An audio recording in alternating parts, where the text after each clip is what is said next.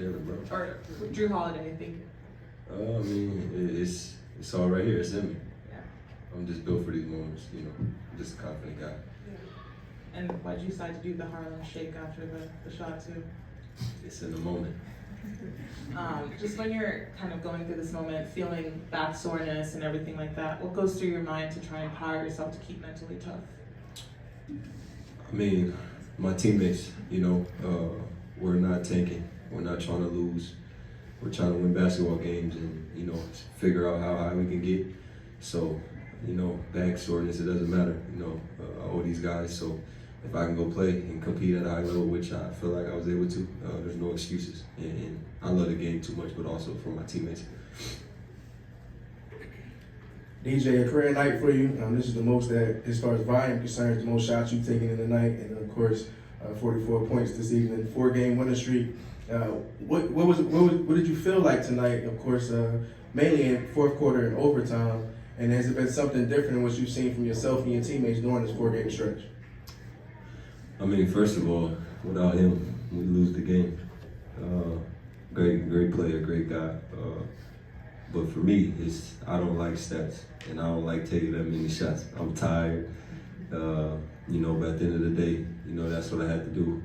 And we got a great win, a lot of things to learn from, and I think that's all that matters, you know. So don't celebrate too much because we ain't really do nothing. We got a great team win, and we got to be ready for, you know, the Bucks Saturday. Thank you. Dejounte, I know previously you said you hate turning the ball over, and you had that chase down block. You had another chase down block earlier in a different game. Just, is that something that fuels you? Like, you turn the ball over, you know you have to get back? For sure. You know, just making a wrong play, you know, and turning the ball over is not always wrong, but sometimes, you know, I could be better, take care of the ball. So if it's a sloppy turnover, it's all on me. You know, I always take accountability, but, you know, that type of stuff makes me not want to give up, and I think that's really it, just not giving up on the play. I turned it over, so why not chase down and go see what I can do. DJ, what were you seeing defensively on Boston to switch up and just attack Porzingis in an OT like that? I mean, we just, you know, sticking with the game plan. We got a bunch of guys that can score the basketball and get to certain spots, which is their spots, and you know, we just was taking what the game gives us.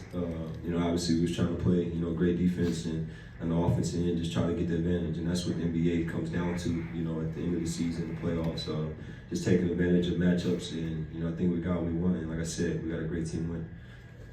Bogey, you had that great big late stop on Kristaps in overtime. I'm just curious, you know, what goes through your mind when you're trying to defend a 7'3" big man who shoot so high? I mean, we watch a lot of tape.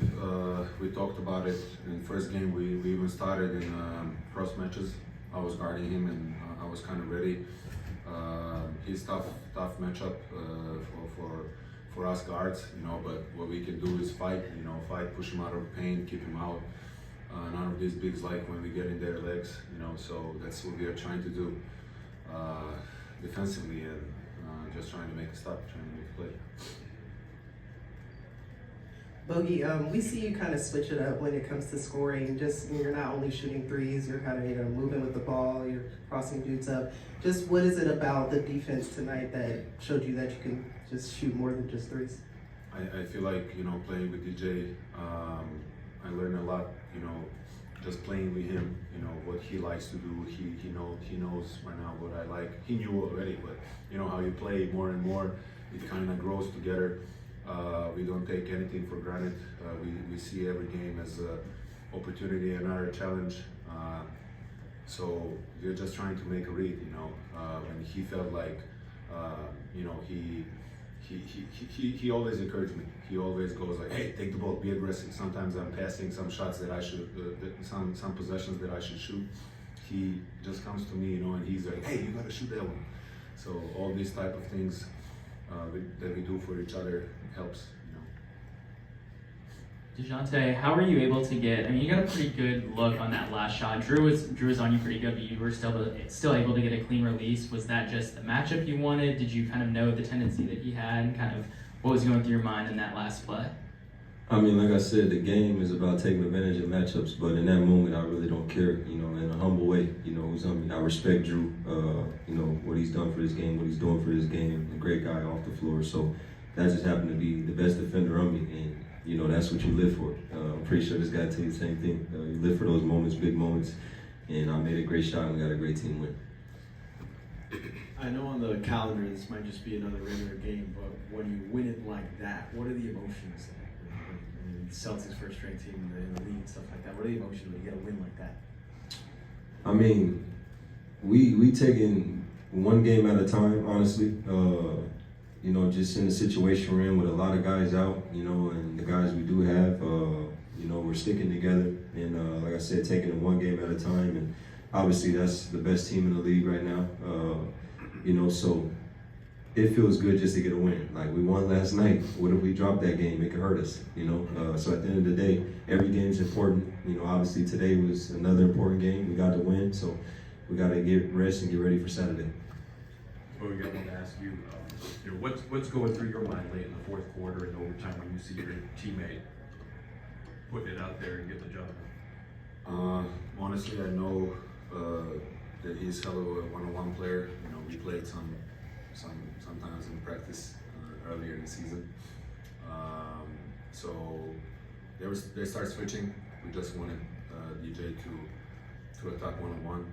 We felt like we always feel like he's our best one-on-one guy. And I was just trying, to run around because they won't help, for me and trying to get loose of my guy and, get some switches, get him confused to make the space for him to go and work. He scored, I don't know how many in a row on their switch defense. That's what makes him great. But we kind of piggybacking off of that, just knowing that Dejounte is going through that lower back soreness, like what, as his teammate, what does that say to you that he's like able to push through and have this type of game?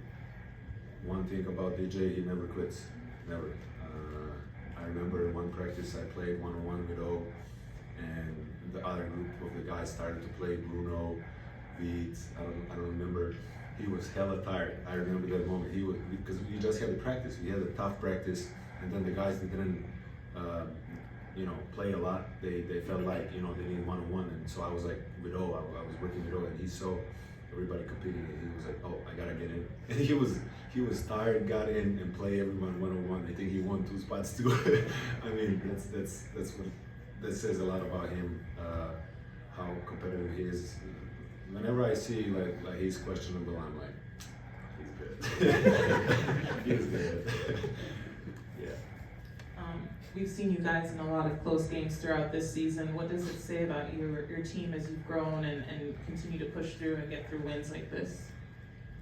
I feel like how the season is coming to the end, we're trying to make the right plays. If somebody's hot, we're gonna go for the guys.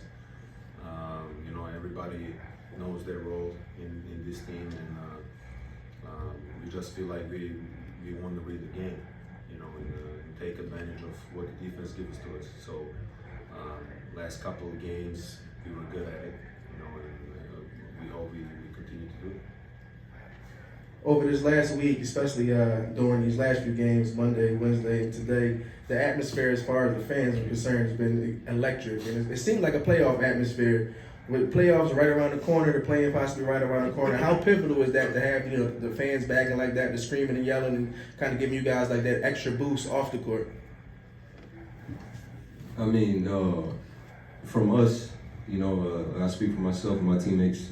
We appreciate the fans. The fans cover a lot that they don't really understand.